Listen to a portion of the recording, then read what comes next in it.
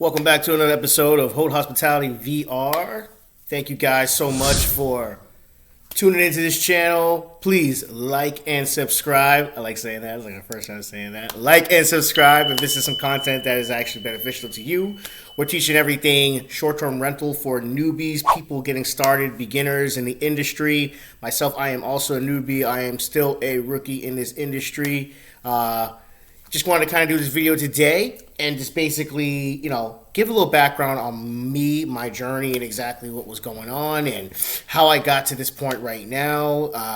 Currently, I am self-employed. I work for myself. I no longer work my W-2. I've segued out for my W-2 to being full-time self-employed.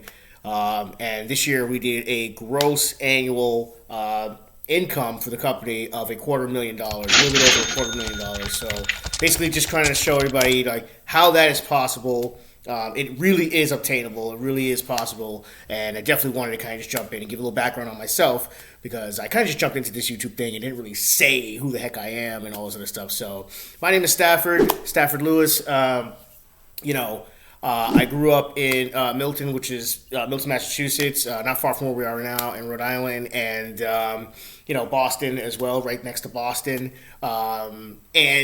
We had a pretty good life. Mom was doing her thing, working nonstop. Dad too had his own construction business, and they also did real estate on the side, and that was their thing. And just being a kid, just kind of rolling around in these cars and going from one place to the next and just seeing this, I'm just like, whose houses are these? And like, what is going on here? As a kid, you don't really know what was going on. So, I kind of went down my own path, really didn't pay attention to all that. And I was really like into music growing up, and that was my thing. A lot of people that actually know who I am know that that's my main thing. I was really into music. And fast forward, somehow I got into food as well. I needed in college, I needed a way to kind of, take care of the bills and everything like that. And I'm in the kitchen and I'm like, wow, I can be a chef. And fast forward even more, I graduated Johnson & Wales School of Culinary Arts with a minor in hospitality and international hospitality, which kind of led to my study abroad in Italy. And that kind of sparked, us exploring different hotels and resorts and things like that. And I was like, what? This is crazy. And I kind of like, in the back of me, I didn't say anything. I was just like, wow, I really like this whole like hotel accommodation thing. The main thing at that time was chef. I'm talking white chef coat, be in the kitchen, grinding all day. And it was great. I love it. I still have a personal chef company. And we do that, especially during the summertime. We'll go into like Airbnbs, people that rent Airbnbs, and we'll do personal chef events. And, it's awesome, and I love it. I love it to death. So basically, I was a culinary service director. I got a good job out of college, and I became a culinary service director for an assisted living home. And I was bringing home a good salary. It was good. I had to kind of fight and do some things and all that, but like for a kid coming out of school, not a kid at that point, because I was probably like, 25, 26, something like that. So, still a kid, I'm 33 now. But, so I was bringing home like 75, by the end of everything, it was 75, 76 on paper. And, during this whole journey, I had bought a house. I bought a 2-family house, FHA loan, right? First time home buyer, FHA. 3% down, and Rhode Island had a program that was no money down, zero down. I was like, no way I can buy a house with no money down. And if you guys listen to other podcasts like Bigger Pocket Stuff, they'll teach you that stuff, and this stuff is real, So I basically had all my stuff in order. I had good credit. I had all this. I had all that stuff. And I got the house. So I got a 2-family house. And so I turned the upstairs into an Airbnb instead of putting a tenant in there. Because, I travel too, big travel buff, love to travel. I've been many places, different countries, all over the Caribbean. The family's from the Caribbean, so we always traveled there, and I love going there. Been to Central America, been to Africa, been to Europe, been to Canada, and many places in the United States as well. So love to travel. So Airbnb, always did Airbnb. And, growing up in high school was mostly hotels and stuff, but now it's Airbnb, and that's what it was. So I was like, okay, let's turn into Airbnb. The Suite at Eden Park still have this place. It is, I call it my first kid. Actually have a kid now, so it's not my first kid. But, you know what I mean? Shout out to Sarai. That's my baby.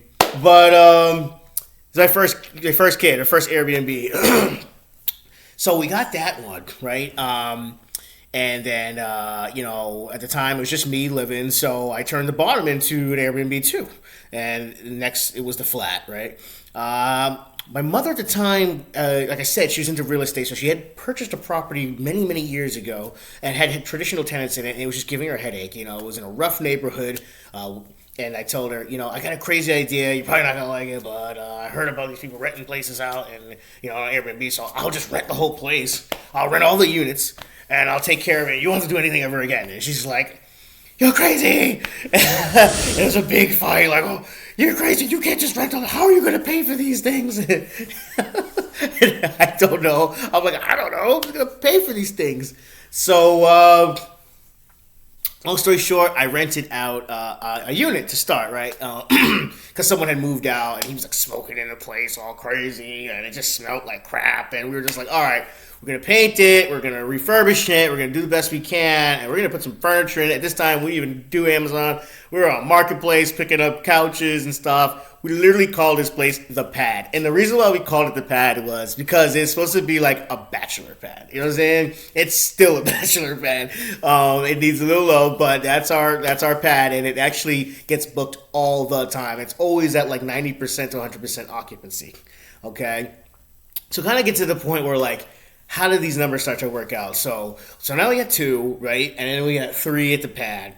And then we picked up the back unit. We called it the spot. Because it's kind of like this little spot just hanging out in the back. Like, you never even knew there was an apartment there. Like, it's really hard to get to. But we call it the spot, okay? So now we're at 4 units, okay? And then we picked up, I think at the time, we picked up the townhouse, okay? So the townhouse was right above the spot, okay? This is a 4-bedroom. This is a big boy. It's a 4-bedroom, 2-floor townhouse. And it was in rough shape too. So always we needed a little bit of facelifting, right? We spent a lot of money. So I was working my W-2 and I was investing the money into this business, okay? So I owned some real estate and I'm renting some real estate from my mother, it was a family, but I'm still renting. So it's a company renting the real estate and I own some real estate. So it's a combination of the two. So that's how we got to that. And I started, I was working my full-time job still, and I'm like, I'm grinding back and forth. I started looking at the numbers on paper, and I think I was on my desk at my W-2 job as a culinary director, and I'm looking at it, and I'm like, okay, I make 75. And then a booking came through. Boom, boom. That's the sound that comes through, and the booking comes through, and I'm just looking at the phone, and I'm like, wow, now I'm at 78 on Airbnb. And, it's kind of getting a little push here and there, blah, blah, blah. I'm not going to kind of get into all the nitty gritty of it, but it kind of pushed me to basically say, I'm going to try this, right? I'm going to try this. I think, at the time, we recently had our daughter, and, I really wanted to be around. I was spending a lot of time driving on the road, and all that, and I really wanted to just be closer to home instead of driving back and forth to Massachusetts because I was living in Rhode Island at the time in Cranston.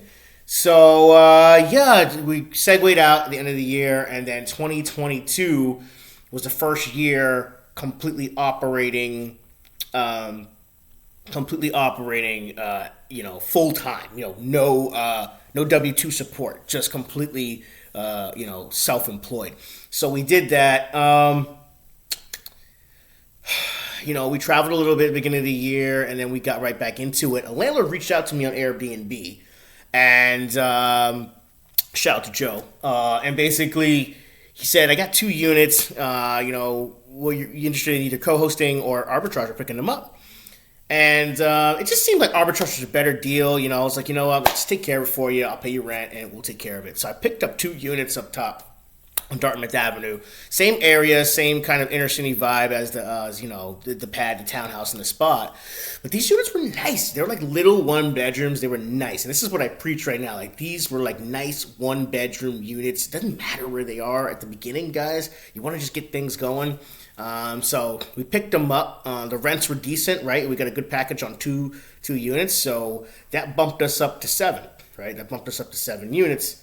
I'm trying to think. And then, Marketplace again. Like I said, I had a lot of luck on Marketplace.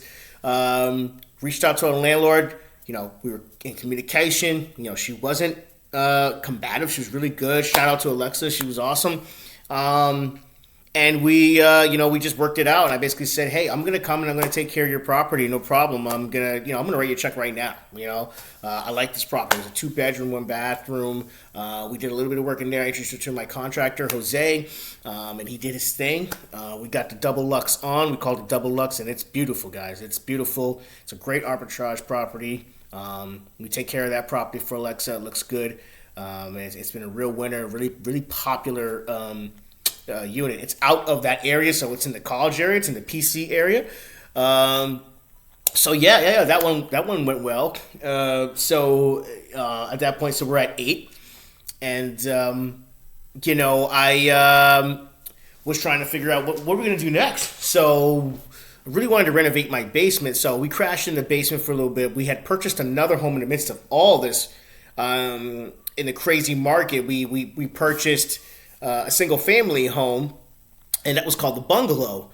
So we had put the bungalow on Airbnb as a single family home, and this thing was rocking and rolling during the summertime, guys. I'm talking about it was crazy, and we had a really rough summer for us, kind of just like new baby. Well, not she was kind of like, what was she like, almost a year and some change or whatever, and we're like hunkered down in the basement, and the flat reservations above us, and getting complaints and this and that. But you know what? We saved so much money by doing that and being sacrificing something. We saved so much money. We made so much money that we were able to then move back to the bungalow and take some money and spend it on renovating the basement and creating the micro suite. So now Philmont Avenue had 3 units. So our mortgage never stayed the same, but now we have 3 units instead of 2 units, and then we have all these arbitrage units as well. So now we're at 9 units, and we moved back home. So this is great, right?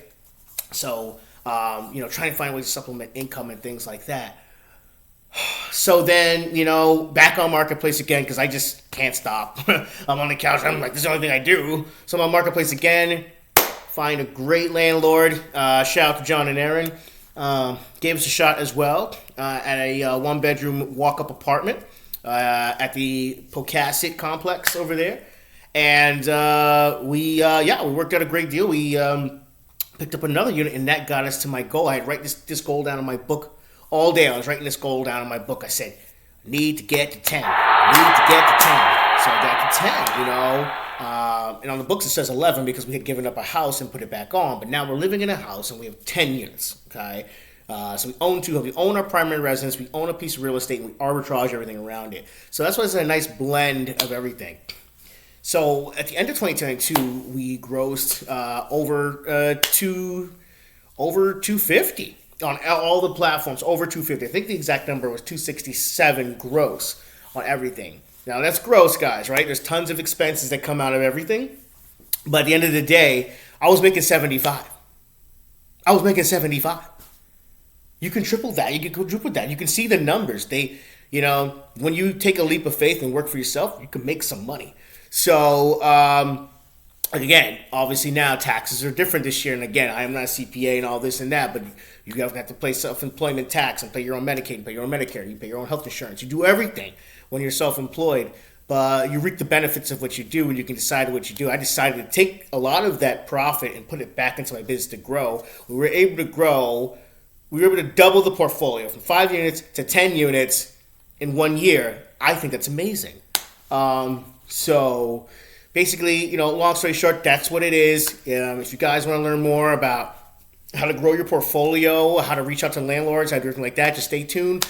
This channel is going to have tons of content, and I'm here. We're working. We're going to make it happen.